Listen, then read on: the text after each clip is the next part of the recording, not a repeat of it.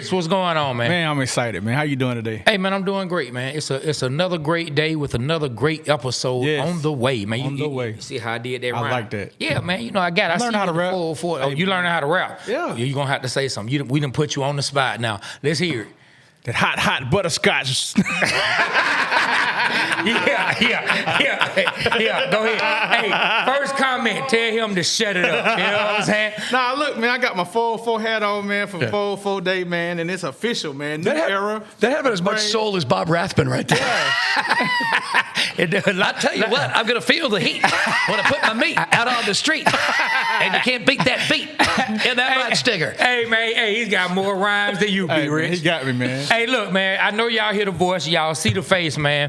For those from the city of Atlanta or who are really heavy into Atlanta sports, you may know who this man is. For those of you who don't know, you will be introduced today to one of the greats in the city. One of the people. Stop it. Oh, no, yeah, that's right. Keep it coming. Yeah. Now, so we had one half of his wonderful #1 sports talk radio show in Atlanta. #1, baby. Was on the show last year. Now we have the other half. I want y'all to give it up for none other than Mike Bell. Let's go, ladies and gentlemen. Let's go.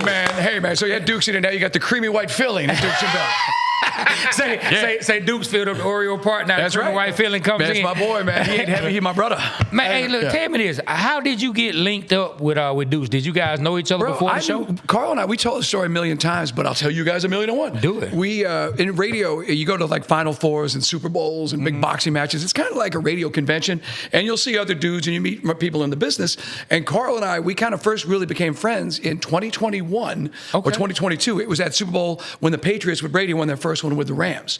Oh, you mean 2002? Yeah, we were down in New Orleans. Yeah. 2002. And Carl was doing a show he was in Houston, and I was doing 790, and we just hit it off and just, hey, let's go get some drinks.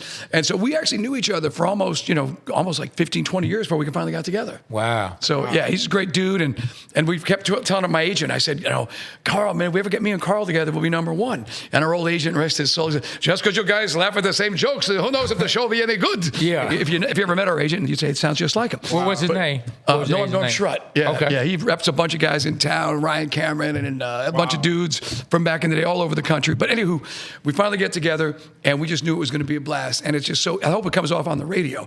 It's just so easy when you're working with one of your best friends, and it's just, it's just fun. And when we actually get into a real argument, we fight, people freak out. Yeah. Because we keep it real. We don't make up like, what are we going to argue about today? We don't do that. Nah, that's how me and Trey are. So when we do get going, people are like, oh no, Mike and Carl are fighting. It feel like two parents up there arguing. Exactly.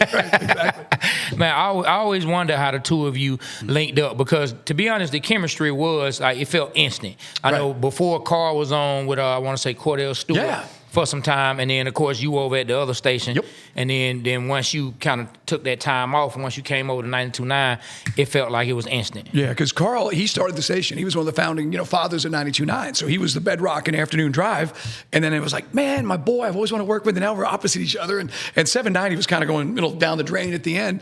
And I was like, man, when they finally closed the doors on that thing, and I had a contract, and I was like, my wife's like, what are we going to do? I said, well, we'll get some offers. And at first it was like, maybe go to Minneapolis. I was like, I'm not moving to Minneapolis. I'm like, I do like hockey, but I'm at Minneapolis. And then in a second, we were talking to San Francisco, and I was like, that's too expensive. I'm like, oh, you relax. And then at the same time, hats off to Rick Caffey. He's the big boss of V103 and WAOK, Star 94, our big boss. And Rick was trying to put things together behind the scenes, and they had to sort of move some pieces around. And then finally, me and Carl got together in the summer of 2014. Hey, that's awesome. Yeah. Us in the city of Atlanta are lucky that it happened. Yeah, man. Like I said, hopefully it comes out on the radio. We're just having so much fun, and it's a blast. All we got to do is have our teams win more. It'd be perfect. 100%. Man, I'm in awe, man, just hearing his voice. And he's like was the same when remember Carl came? Yeah. And you was like, damn, it's Carl Dukes. Yeah. I'm feeling the same way, man. I've been listening to you, man, when you was on the morning show with Bo and Steak. So, hey, man, if I'm the Waterboyz, let me maintain some street cred. All right, then. Oh, man. What's up with that? Yeah, we were just joking around before the show, before we taped, saying, is it douchey to be a middle-aged guy wearing blenders? Nah, man. And the answer, I think, is yes. We put this on social media. Nah, them bad. Yeah, I don't know, man. I love Coach Prime, and I don't know. The vibe on this has been generally, middle-aged white guy don't fly. You know it. Look right into that camera. Ask the people. And I'll make a video where you asking that. Is this too douchey for a guy my age to be wearing, or is it okay? Hey, you decide. Hey, Doug, what you think, man? Yeah, he was. Now you see that he was like, yeah, that's a no. That's like asking your mom. Yeah, that's like, hey, Mom, can I get a toy? We'll see. That's a hell no. I wasn't feeling that. Say those the Coach Primes. Nope, that's a fail. Yeah, well, I want to ask you a question. Like, you've been doing this for a long time. What was your favorite interview? Person that you interviewed? Wow, man, we've done so many. Gotta pick one. Yeah, I mean, because the cool thing about this town is with Turner and all the access we get to people, not just sports, but get access to people outside of sports, the entertainment business. And some of these actors we've had in have just been mind blowing. I'll give you one. It'll be kind of who, really, that guy, John Voight. You know who John Voight is? Yeah. So John Voight, amongst other things, was in The Champ. He was in a million. I mean, there's a million movies he's been in. He's Angelina Jolie's John dad, says Angelina amongst Jolie's other things. dad, right? Wow. Yeah. But he was promoting some movie for Turner, and he was in the movie Heat, which is one of my favorite, me and Carl's favorite movies. And he plays the fence that works with De Niro. Yeah. And he's the guy that's like putting everything together behind the scenes. And I said to him, I go, in the movie, you kind of have like freckles and kind of sunburn. He goes, yeah, I wanted the character. He was in jail. And when he got out of jail, he went down to the beach. He got too much sun. I'm like, oh, you're really overthinking this part. But anyway, but that's why if you watch Heat, he looks the way he does. Yeah. But we did like an hour with him, and he was cool as hell. Mike Tyson never disappoints. He's one of my favorites. Oh, man, how was the interview with Mike Tyson? The best, because I mean, we can't cuss on this. No, yeah, you can. No, Go because ahead. we had to use I think the record. It was David Pollock and I interviewed Tyson in Vegas. We were out there for, I think it was a Canelo fight, might have been the Mayweather fight. Okay. And he goes, yeah. So I was divorced from Robin Givens, and but we weren't divorced yet. So I thought I could still have sex with her. So and I didn't say that. He used the F word. Yeah. He goes, so I'll go back to the house because she was in my house, and I roll up and she's making out with this skinny guy. He jumps out the window, rolls over the bushes. Turns out it was Brad Pitt. Oh, wow. Yeah, I mean, Tyson's told this story subsequently, but we're laughing our butts off. Oh, and he's wow. And he kept dropping F-bombs after F-bombs, and the producer's in my ear, tell Mike if he says one more cuss, we're going to have to stop the interview, because there's only so many times you could hit the delay button. Hey, I didn't know that. No, but Tyson. Shout out to Brad Pitt. Yeah, Tyson was great. I mean, what's really cool? Carl and I had Earl Campbell in studio. Oh, and wow. Earl, because that's an old era of football that just doesn't exist today. Yeah. And just a man's man and just a dude. Joe Namath was still one of my favorites. We had, I mean, there's just so many cool people. So Namath, Snoop never disappoints. We just had Ice Cube in studio, I think it was a couple months ago. Okay. And he's always great. I always tell him, I said, you should get the Oscar for being the first black man to not be the first guy killed in a sci-fi movie. Wow. And he goes, you're right about that. Well, which movie to my? Was it Anaconda? Anaconda. Yeah. There was, I think, the Mars movie he was in. Yeah. So he's just a good dude. So let me ask you, speaking of interviewing Joe Namath, because you are from New Jersey way, right? New York, yeah, Brooklyn, up that Brooklyn way, by way of Long Island, from the mean streets of Wantagh. Yeah, and so were you a fan of his at that time? Were you any kind of fan of the Jets? We grew up Giants fans. My mom was the Jets fan because Joe Namath was just so sexy. All the ladies loved Joe Namath. Yeah. She once stole a Joe Namath cardboard cutout from Macy's. All right, then. By Fabergé. Go mom. So we had a chance, and so Joe was actually on another interview on a station, and I got a chance. I said, Joe, would you mind just for 2 seconds saying hi to my mom? Oh, wow. He goes, what's your mom's name? He goes, it's Jane. And I go, Ma, it's Joe Namath. No, it's not. Put him on the phone. Hey, Jane, this is Joe Namath. Ah! And then talk to him for about a minute and a half. Just and you're awesome. just so cool like that. Yeah. And Yeah. I don't know for you guys, but when you meet people, and it's so cool when they don't disappoint. When you meet a celebrity or somebody you've always dug, and it's like, oh, that guy's Joe Namath is cool as a fan.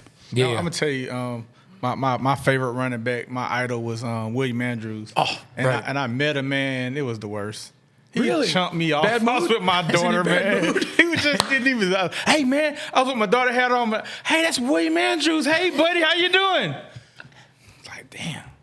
I spent my whole middle school, high school liking this dude, and he just chumped me Hey off. man, he may have just been cursed out by his wife. Maybe just had something. You never know what was going on. So I got disappointed, man. But then you always got to think you catch him on a bad day. Yeah, Because there I'll be you go. honest with you, one of my idols is Joe Montana. Okay.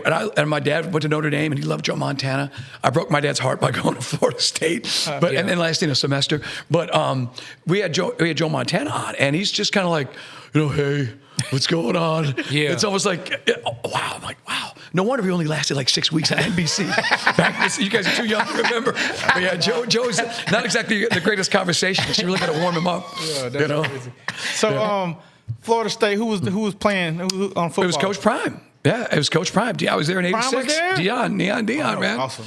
That was a So time. you got a chance to see him go in '88 to the Falcons and all that. All that. Man, I just remember they had the all the prospects up, right? And they was talking about we may get Barry Sanders or this. That's like, man, I want Dion. I remember when Dion played Clemson, he had predicted he was going to run a touchdown that week.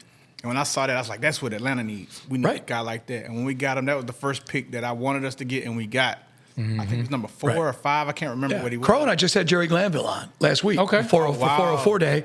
And, granted, they didn't win anything. They did win one playoff game against the Saints, got beat by the Redskins then. But that was the first time Atlanta kind of got sexy for football, put on the map. Because Dion and the whole black uniforms and all, having MC Hammer and all that, it kind of made, too legit to quit. The too legit to quit. And then moving era. to the Dome back in the day. I remember that game. That's the interception where we near the end of the game and Joe Fishback. And they just kept pitching it and pitching it. And never just said, fall down. Yeah, they played it at the Saints, man. At the Saints, man. Got that win, huh? Won. Yeah. Wild card division, yeah. Man, how was the aura around Deion Sanders back in college? Like, how was the aura? Well, all I remember is, it's so funny now with name, image, likeness. The big thing was, man, Deion, he's got a gold Chrysler LeBaron. Yeah, a Chrysler LeBaron. Convertible. Yeah, wow. I remember that. I think, now, it might have been a different brand, but the way I remember it, just through the fog of going back, 30 some odd years. But yeah, Deion had the gold Chrysler Man, LeBaron. I can imagine with Deion with the gold rings and the necklace and the Jerry curl. Man, I bet that was a sight to see. But that's the thing for Falcons. Hopefully it'll be cool with Penix and we'll get rolling. But we get moments in time, like when Vic came and how cool that was, because that was just so un-Atlanta that we were actually going to move up to number 1 and get Mike Vick. Yeah. And that was like, it was like mind-blowing, just when it was just so hot and so hyped. Speaking of Penix, I was listening to your show one day, and I kind of felt how you felt. He's like, why would we draft Kirk Cousins when we could have used that money for some defense? And I said, I've been singing the same thing. Right. So talk about that. Hey, man, and it's funny because to me, like the whole city is like, no, it's good. We got 2 quarterbacks. I'm like, it's like the whole city's been gaslit inside 285 because outside of Atlanta, everybody's like, this is the stupidest thing anybody's ever done. And the thing is, initially, I thought it was Arthur Blank. I thought Arthur Blank said, let's not have this quarterback, show we had the last few years. Let's make sure. And then we found out from D. Orlando Ledbetter from the AJC, that it was basically the way he reports it.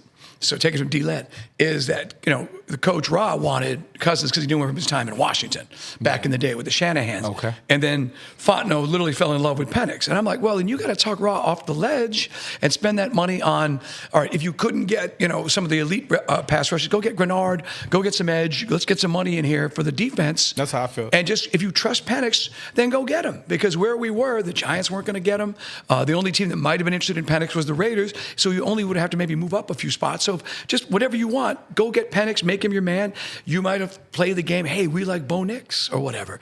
So people always get locked in like, well, no, once we had Cousins, we could have gotten Penix easily. It's not that complicated. And to me, it's a big mistake. Like, I'm behind Penix 100%. Cousins, I was really cool with Cousins until he became this, whatever this is. He went from He's a sugar fraud. to shit He's like like a that, fraud. bro. To me, it's like, hey, man, I'm not hurt. I'm fine. And now it's the Super Bowl. And then all of a sudden, I'm hurt. Then he makes the rounds at the Super Bowl, and it's like, oh, no, I was banged up. And then he shouldn't have did D-Led like that. Can we do this on camera? Yeah. But yeah, to me, it's like he's a phony baloney, man. I believed in him. Now So speaking of that, so by the time this comes out, this will be old news. But as of today, what I'm talking about will be old. But as of today, I saw that the Browns have signed Joe Flacco. They brought him back. So with a lot of people anticipating Kirk Cousins potentially going to Cleveland, what do you potentially foresee with Kirk Cousins and the Falcons moving forward? Now, they've always maintained that they were going to have him on the roster. I don't think you can have him on the roster. We spoke to Ovi Mahaley. We have B-Mac, Brian McFadden on all the time. They said there'll be some guys in that locker room that'll be like, dude, I can't roll with this guy. Now, granted, in 2025, there could be some guys who go, hey, that's just Kirk. Kirk, that's how he handles his money. That's his business, whatever. But I think they cut him. I think unless Aaron Rodgers retires, you may have some leverage with the Steelers. But the only juice we had was maybe playing Cleveland off of Pittsburgh. And if they go back with Flacco, then that story is out.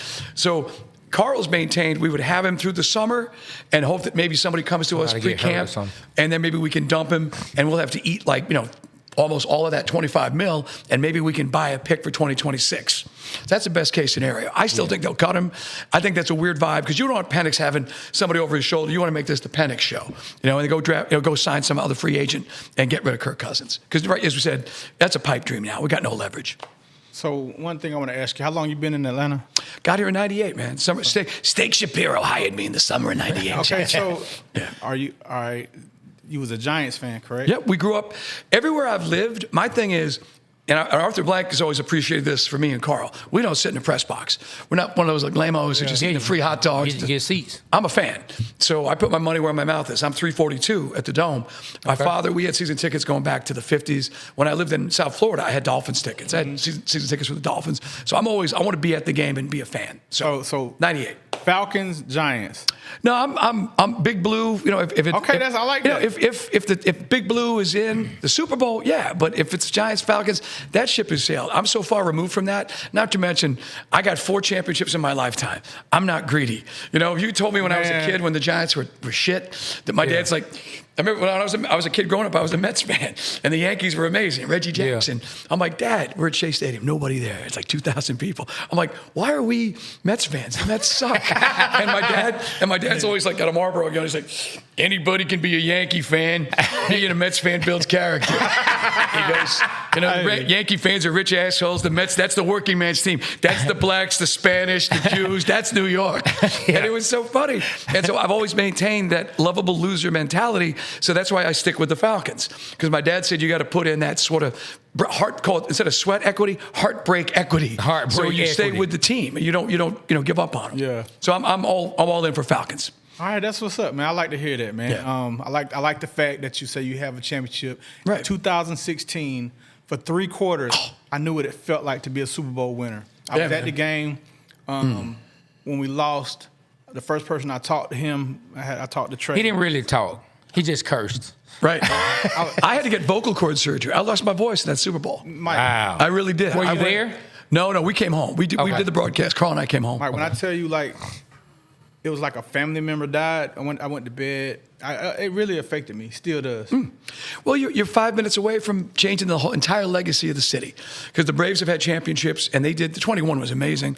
Georgia. Now I consider Metro Atlanta part of Georgia Bulldog Nation, and Georgia's got theirs. But it's like the Falcons. It just changes the trajectory of everything because a Saints fan. And the Saints they're in the shitter right now. But and I got good buddies down in New Orleans, and we go down there, and it's still look at the end of the day, the ring is the thing. Yeah. And they got it. And so they talk it, but they got it. So I know. Julio's legacy, man, that toe tap catch, fall down 3 times, kick a field goal, we got it. The greatest forgotten play in Super Bowl history. And that would have been like when Julio goes in the Hall of Fame. That's one of those legacy moments for him. Yeah. Well, for me to get over that, now our fans and our listeners have heard this, and I did it when we were on with Carl. But I actually put a rhyme together to help me get over. All right, let's hear it. That helped me get over. And it simply goes like this. All y'all know, if you love it, sing along. It goes, when the birds fly high and the ship set out to sea, there was a falcon flying high, winning 28-3. Running up and down the field, moving swift and moving fast. Testify. And for 3 whole quarters, Patriots fans knew we was all on their ass. Tom Brady was looking foolish. Bill Belichick was stuck. And every time the Falcons scored, we'd play Nuck If You Buck. Hey. We were drinking margaritas and my wife was blowing a kiss. Hey. And all I could think was, oh man, Mike, we about to finally win this shit. Then all of a sudden, everything went flat. It's like my Falcon got shot out the sky and went splat, splat, splat. And as they scored the winning touchdown, I couldn't even take no more. So I told everybody at our house for the Super Bowl party, get the hell out of my front door. I'm mad and I'm sick. And I can't take it, man. Nah. But that's exactly what happens when you decide to be a damn Falcons fan. So, man, I had to put great. That's tight. That's tight. I had to put that together to get over it. That's it. No, man, that's tight. That was like one of our first posts when you asked me how long we've been here. That went, it's like at 900,000 almost. Oh, man, it's just, when we walked out of the Superdome, this is last January, and we remember they ran it up on us and they scored the touchdown, and I was like, I'm coming out. I got like we're talking about getting all these likes. I'm like, totally freaking unacceptable, and I'm cussing. I got you get the Superdome in the background. That's what Arthur Smith wanted to fight. I got my buddy who's a Saints fan trustee, my boy down in New Orleans. He's laughing. I was like, it's just the heartbreak as a Falcon fan, but someday, and hopefully we get there. I don't know when. Yeah. But it's so hard because that's the thing. Nobody blows that lead. And look, Belichick being so petty. Why do you think he puts that girlfriend of his and all that gear? Every freaking year. Because Arthur didn't give him the gig. He thought he was in like Flynn, and then basically everybody around Arthur goes, well, if we bring this guy, we're all getting fired. Yeah. So we didn't get Belichick. I don't know. Is that what happened? Do you think we should have gotten him? I wasn't a fan. Who I wanted was Harbaugh, but that was kind of an impossibility. Yeah, I heard you talk about Harbaugh. Was so not in our mold. But and again, look, I always say with the Chargers, if you give him one more dollar than the Chargers, maybe he comes.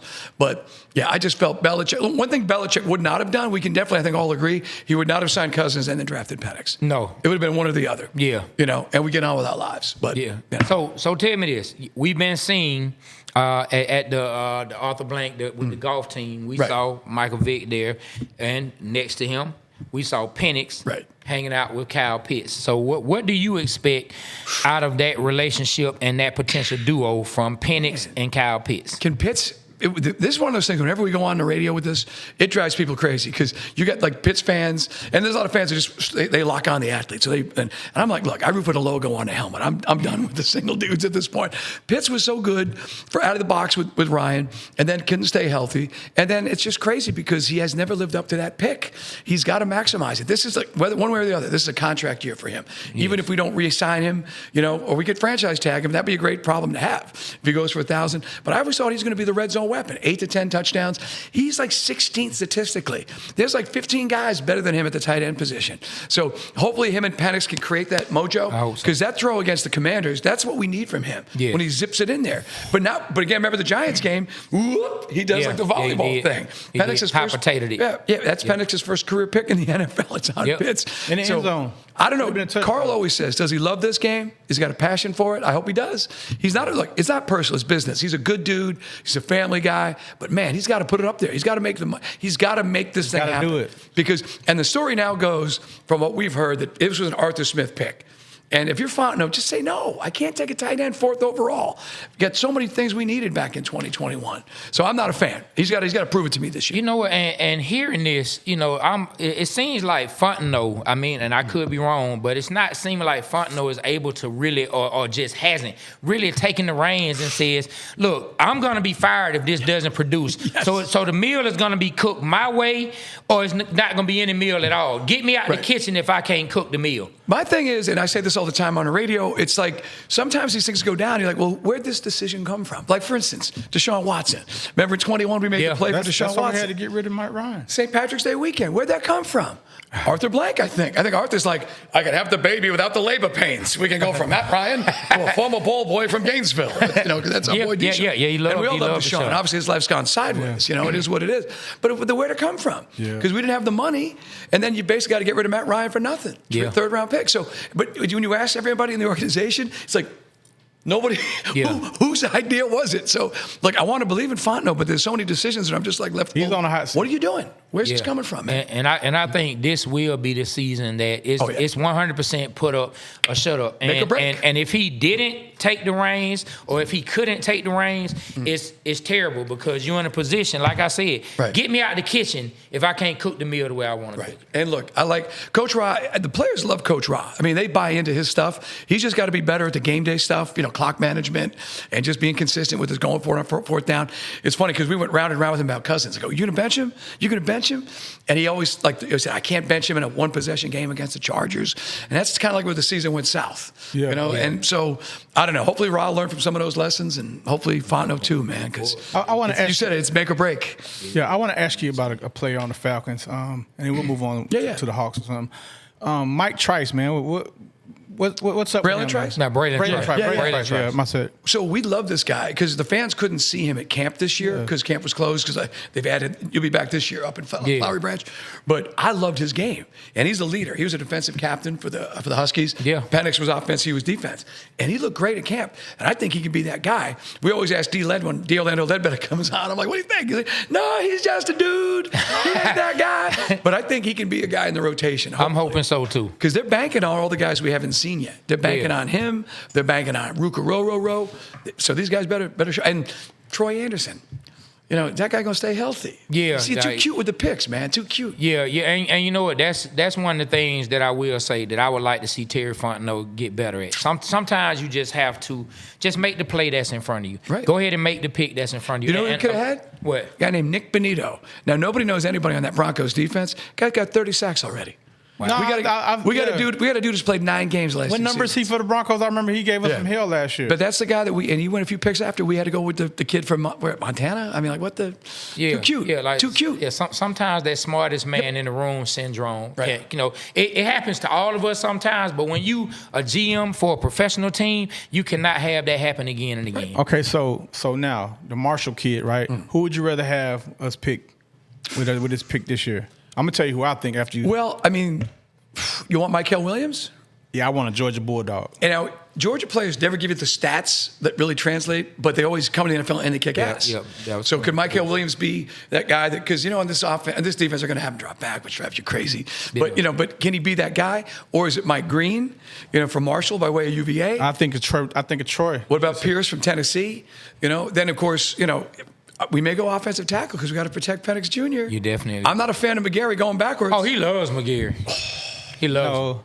When he goes beep, beep, beep, bad things happen. It's good. Oh, yeah, he loves McGarry. Let me say this. He loves McGarry. I want to see us get Malachi Starks. Okay. I think that'd be dope. If we can't get one of then you're on that second tier edge rusher. Leonard Floyd's a pro. He'll be solid. Yeah. Leonard Floyd will be good to go. Yeah. And hopefully, look, this is a contract year for Ebba Katie. Can Ebba Katie be a double-digit guy, or is this as good as it gets? Yeah. Carl and I always debate, what's the ceiling? I think we've already seen it with Ebba Katie. But the other guys are going to have to pop. But I still think Carl and I agree, they got to go edge. It's got to be edge rusher. You got to build that room. And you go there's a corner out at Kentucky in the second round. I'm a nerd, man. I do a lot of mock drafts. But, yeah, we'll go get our corner in the second, and that's it. Or we trade down. We never trade down. I think we should trade down and get more picks. We don't. Because Kirk Cousins costs us picks, you know? There's a lot of mock drafts where we trade down. The Browns come up in the second round to get in the first. We'll see.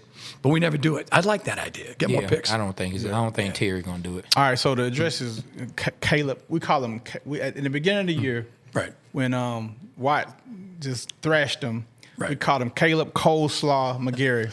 Yeah, because I said he was the side no one wants. He did get tripped, unfortunately, by Lindstrom, but it was him who gave up the sack, which jacked up Cousins, which basically derailed the season down in New Orleans. So what I'm just trying to say is after that, he had a decent season. Mm-hmm. He got it together. No, he's a solid tackle. Yeah, so But you protect you. He's now the blind side. He's got to protect him. We'll see. Right. We'll see. Otherwise, because if you have to have a tight end standing next to him, that defeats the purpose. I mean, he's got to be able to do it. We want to have all the weapons downfield on third down. So my thought process on McGarry has been this.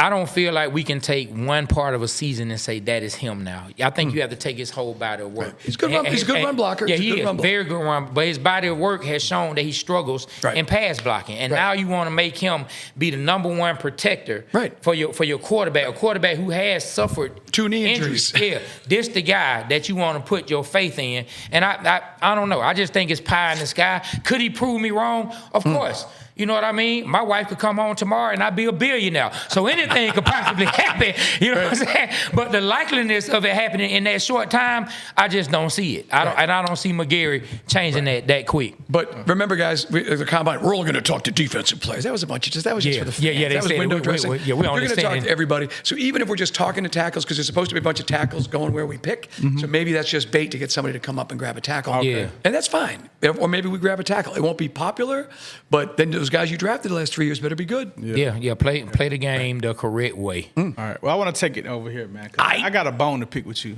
Okay, go ahead. Right. I want to talk about the Hawks. Okay, And let's I hear want to talk her. about our Frenchman, man, Zachary Richard. Okay, shout out to Zach, man. He's been playing really well. Yeah. Play ball, Lisa. Shout out to Zach. So, Mike, I always say, man, I think Zach's gonna be an all-star. I think he's gonna be somebody good. You say he's gonna be great. I say he's gonna be great, and I will continue to say. He's like, why do you think that? Yeah. I said, man, I say he puts in the work, Trey. He puts in the work. I just, he said, how do you know he puts in the work? That's my thought. How do you know he puts in the work? He's doing And I the said, work.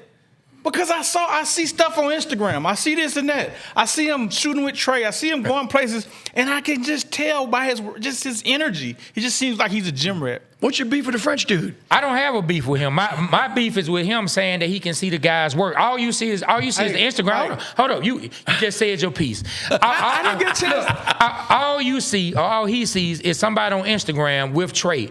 It's been other players who put in the same work. How do you know that's going to translate? Man. Hold on. How do you know that's going to translate into him being great? That's all I'm saying. Okay, I'm not saying he won't be great, but you haven't seen it to say for a fact that he can. Okay, so I watch him, and I see what I say. Hey, Trey, his threes are gonna start falling. When they do, watch what happens. Okay, so let me ask you this. I said this from the day one. But let me ask you this. Did you see his work to know that his technique was changing to make his threes fall? The answer is no. No, time out. He's getting better. The book on him was he was going to have to get better with his jump shot. He is. And he's getting better. But the thing is, he's going for, how many guys going for 30? I think the problem we always get into, it becomes like this zero-sum argument, right? We should have gotten the big man. Initially, I thought Sarr was the play. But both guys can be good. Yeah. And Sarr, can be good for we still need one of those big white guys with no vowels in his name. We got to get a big true five. Oh, yeah. Trey finally put that out there when they played for it. We need that. We need somebody with bolts in his neck, like I am Victor, get boards, ring protector. But as far as Risache, I think you see him getting better each week. You do. And Trey, as Trey's become like a leader, I mean, being the veteran now, takes him under his wing. He's going to be fine. But he's getting better. I think I don't know. He's putting the work in every day. You see him over at the Emory Center putting it in. So your boy. Yeah. So you see him at the Emory Center. Hold on, let me talk. He does. Let me talk. So my boy Bob Rathman confirmed it last night. Okay. He said, Richard Shea is the first in the gym and the last to leave. Okay. Just like I thought. So guess what? Now, there you go. You finally told the truth. Just like you what? Just like I thought. Thought, not knew. But let me and tell my you whole point let me has tell you been this, you Mike. don't know. Mike, let me tell you think. this. The Hawks right now, I'm not saying that they're going to the Eastern Conference Finals, but I will say this. I like the pieces they got and it's gelling, and I think they can get past the play-in. I think they can get past the first round, and I think the second round they can give them a hard time. Can I raise my hand on that? No, they got no shot in the second. That's what I said. Second round, they've got no shot. Yeah. I mean, Can I raise my? They got no shot in the first round. Yeah, I think we do. I disagree. They got no shot. I disagree. Okay, hold on. I'm tell you why. Just did to us. Anybody with a front court just smokes us. And so I'll give you the reason. So look, Mike, this is my thing that I try to get across to my partner right here. I disagree. He's saying he see great things. I do. But, okay, how many games? What's the Hawks' record over the last 6 games? They lost like 3 games. They lost 4. Oh, well, my bad. I won off. Okay, Excuse then. me. So what I I'm missed saying, that game. So what I'm saying is We should have won. What I'm saying is you're coming in with these proclamations of what's going to happen, but you have to look at what's actually happening on the court. But also, And so what about since the All-Star break? What's the record? Look, I want them to win. But they still haven't turned that corner. But Trust me. you got to think the Dallas game we lost at the last. We got a buzzer beater. All 3 so of you us. can't really count that. Trey doesn't have Trey doesn't have a Robin for his Batman for this playoff run. I agree. Yeah, without Jalen. No, you had Jalen Johnson. And that's they don't. I'm not saying we're going to the Eastern Conference Finals, guys. I'm just saying we're going to win the first round. Right. That's all I'm saying. You're saying you hope, but we can't beat the Magic right now. Wagner and Banchero have been eating our lunch last couple of days. But you remember the year back in the day? You don't even know if the Hawks going to win the play-in. Can I talk? I don't even know if they're going to win the play-in. Can I talk? This is what I'm trying to tell you. Do you remember when the Hawks killed the Milwaukee Bucks all them years? Yes. And then in the playoffs we lost to them? That can happen. Well, Trey, I think we gelling, man. Trey at the right time. Trey can take over a series like he did against Charlotte a couple years ago, and he did when Cleveland was getting good. Yeah. But the problem now, as we said, he just doesn't have that supporting cast. They double team Trey. It was just like the Heat a couple years ago. That's why they got DeJounte. They just beating Trey up. Trey, just a double team. Y'all mark my words. We're going to win the first round. Listen, I believe you'll beat the Celtics in the first round. All right, give me some loot on that. I'm trying to tell you, man. First C note on that. How you know we're playing the Celtics? For sure. This ain't 2008 with Zaza, and even then we went 7. We still didn't win. Hey, look, I'm gonna stick by my word. We're gonna win the first round. All right, that's it. I don't even know if the Hawks are gonna make it to the first round out the play-in. I appreciate his enthusiasm. I'm trying to tell you. And so look, Mike, this is why. Look, Zach, I don't have a problem with you. I don't doubt Zach Richardson. I don't have a problem with him. I'm just saying he can't say with certainty You're a hater. that Zach is turning the corner. That Zach. So do you think Zach's gonna be great? You don't think he's better? Don't you think he's better? No, what I'm saying is he's talking about. I see he's doing the work. How do you see he's doing the work? I just can see. Maybe he's clairvoyant. Yeah, Because he's got this faith. I can see. Magic 8 Ball says we're beating the Celtics. You know what I'm saying? It's the 4-4. We need to take this guy to Atlantic City tonight, man. Let him win us some money, man. That positivity, roll the dice. I appreciate your positivity. Hey, this place doesn't. He said we were winning the Super Bowl this year. He said we broke the curse. Look, so the same way I did the rhyme about the 28-3. 6-3. So look, the same way I did the rhyme about the Super Bowl we lost, the 28-3.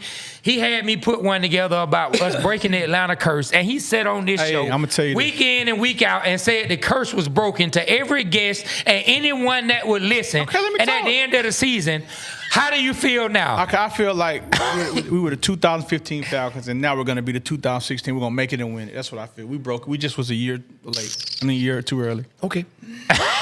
I feel like I believe the offense is going to do good. It's going to be just like 16 because we're going to have to score about 30 points a freaking game as this defense gets its ish together. Yes, and I think if we draft the right rookies that can come in like we did in 16, right, we might can do something.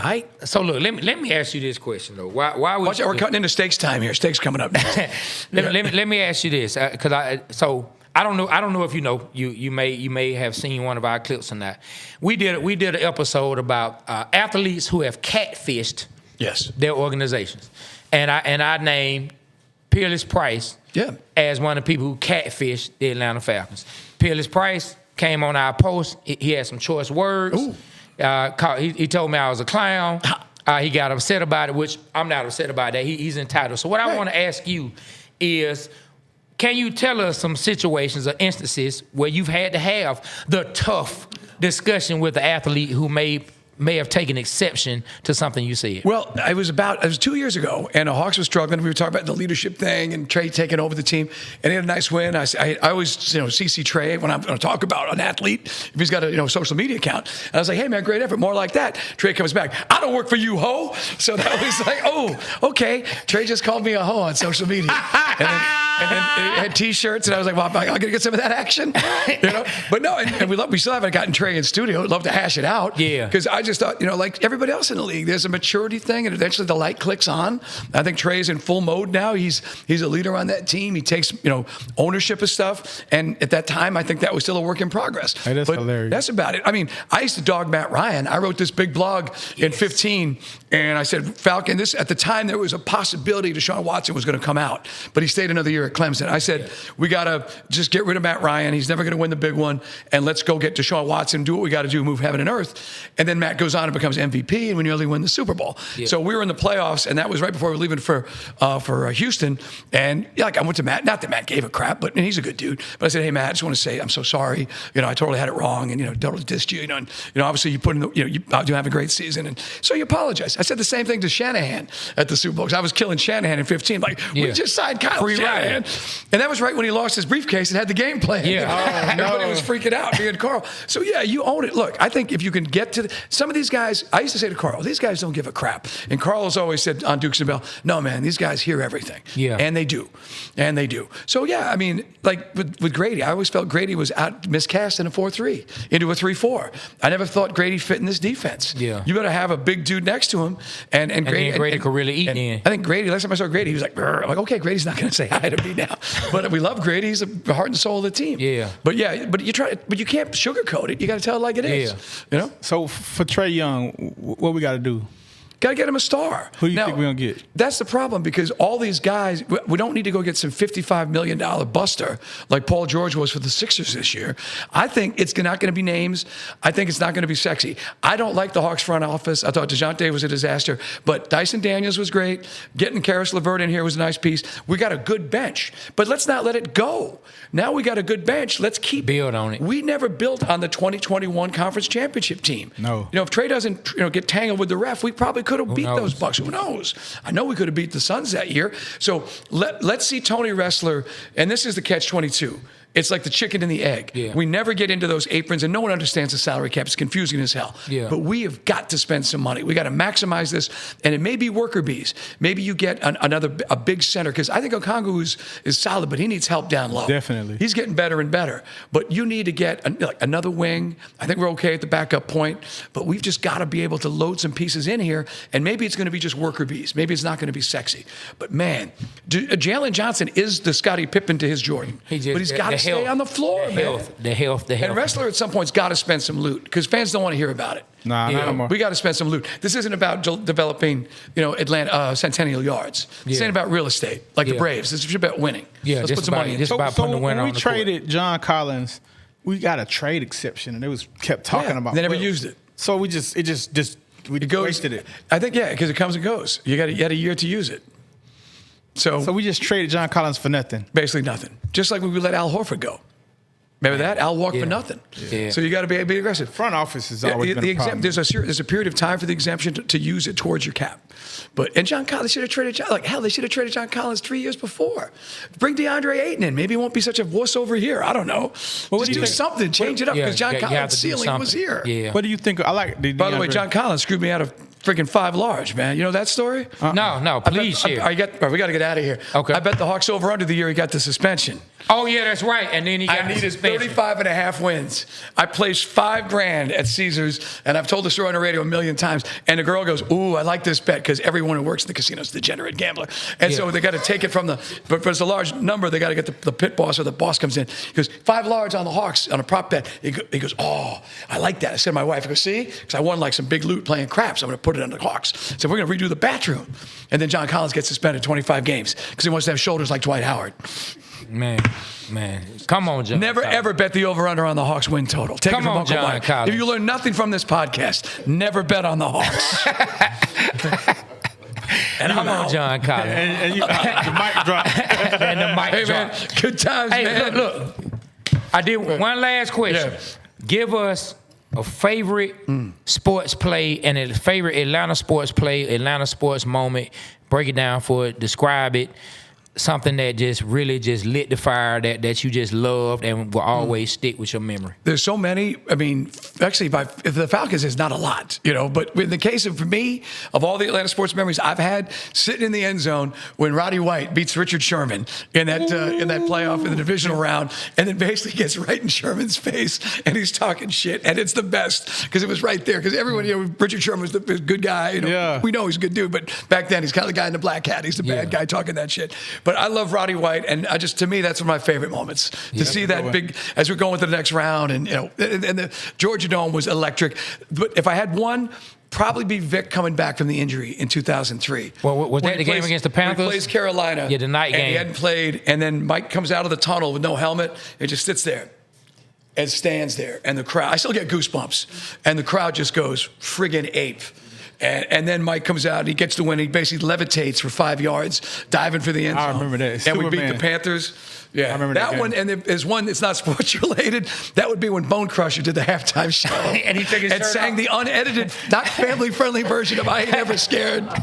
And people on the sideline, it's like people are like, "Whoa, he's going there!" And it was unbelievable, man. It was like, man. I always say, if you bring back Bone Crusher with Frisbee Dogs, that'd be the greatest halftime show ever. That's Arthur Blank. Frisbee dog. Hey, look. Arthur Blank aged about 10 years doing that performance. Bone took his shirt off. He was full-fledged. Let me tell you, last year we were at a game. I forget which team we were playing. I want to say KC. Fan behind was just talking so much trash. F the Falcons this, the Falcons that, whichever game it was. Bone comes out and perform. They have him perform. Bone Crusher perform. He goes nuts. Oh my God, it's Bone Crusher. He just turned into like a little schoolgirl right there behind. I'm just laughing like, man, that is too funny. You actually, I'm giving you like 6, but I mean, I'll still go with Roddy just because that was so cool. But I might, maybe Mike in the tunnel might be one. And also when Acuna hit the grand slam against the Dodgers. Even we didn't win that series, but you knew we were coming up. The Braves were on their way up. That was tight. Man, that's awesome. I like the fact that you're from New York and you're a big Atlanta. Yeah, man. Look, you've been here long. I've been here 20. This is 27 years from here, man. This is home. It's not like going back home. This is home. Well, I want to say, man, that it's an honor. Hey, no, it's for you great being on here. Appreciate you coming on. And much respect. For the record, they said this was going to be 10 minutes. We did 45. This guy said it was going to be 10 minutes. I told him. That's how we do. Ask Carl. You can't keep me. You can't control me for 10 minutes. At least I know I talk too much. Let me say this for everybody. Mike Bell's a liar. So if you ever don't believe him, he knew what's up. He definitely said, he just said it by mistake. He said 10 minutes. You said it. You said I said there's no way we're going to be 10 minutes. You said it. You just didn't realize you said it. I said 1:10. No. You said we're going to be done at 12:10. Oh. And it was like 12 o'clock. That's why we were both like I looked at 10 minutes. I go, shit. I go, listen, have you ever heard the radio program before, sir? Have you never heard my show? You never seen my work before? I'm a liar. Steak will tell you he's coming up on your next podcast. My motto is more of me, more of me. So I know. Tell me about your start. And did we talk about this on air? No, we talked about talk about how you got in Steak and how that was a part. No, man, I got kicked out of FSU. I was a bartender in New York, and I was at a turntable at the end of the bar. This little guy came in the bar. He goes, "Wow, you ever do any radio?" I go, "Who are you?" He goes, "My name's Eddie Simon." His brother was Simon and Garfunkel, Paul Simon, and I got hired to this little top 40 station in the Hamptons, like Lifestyles that are Rich and Shameless back then. Yeah. That's how I got into radio. And by the time I was in Fort Myers, there was an opening at the old 790 here in town, and then Steak. They brought me up. They had like 500 guys sent tapes in, and I was one of the final 5. And they brought me in for the live audition, and I got it. And I thought I got it. We do the show. We had some fun. We're partying all night. We're the old Leopard Lounge on 13th. It don't exist anymore. And I'm in the back of Steak's convertible. We made some friends. Steak was going through a divorce. It was a strange time in Steak's life. And I was like, "Hey, man," I go, "maybe a bad time." I go, "Did I get the job?" I got some Delta flight attendant with me. I can't say stewardess anymore. And he's like, Steak's like, "Oh, yeah, you got the job. Give notice when you get down there. We want you to start as soon as possible." And that was the summer of 1998. And I've been stuck in Atlanta you guys have been stuck with me, I should say. And thanks for everybody's supporting me and keeps me on the radio for 27 years. Well, we're glad you're here. We're glad Great storyteller. made the right I know he was a great storyteller. Oh yeah. Well, we appreciate it, Mike. Thank you so much. Good times, man. Thank you so much. You got it. Everybody, y'all give it up for the great Mike Bell. Yep, man, from the number one show in Atlanta. You see why? Number 1 in Georgia on 92.9 The Game. Dukes and Bell. Get some of that. Dukes some of that, and man. Bell. Get some of that mojo. How many times you gonna dap him up? I take it. I said rub some of the I take the number 1. Yeah. I take it. I take it. But yeah, the Dukes and Bell show. Y'all check out Mike Bell, Carl Dukes, man. They both have shown us a lot of love, man. And hey, on that note, we always tell y'all we represent Atlanta because Atlanta represents us. So on behalf of myself, Trey, my partner B Rich, Mike Bell, and Aaron Whoa Pittman, the Waterboyz Show, we are out. Kill the camera.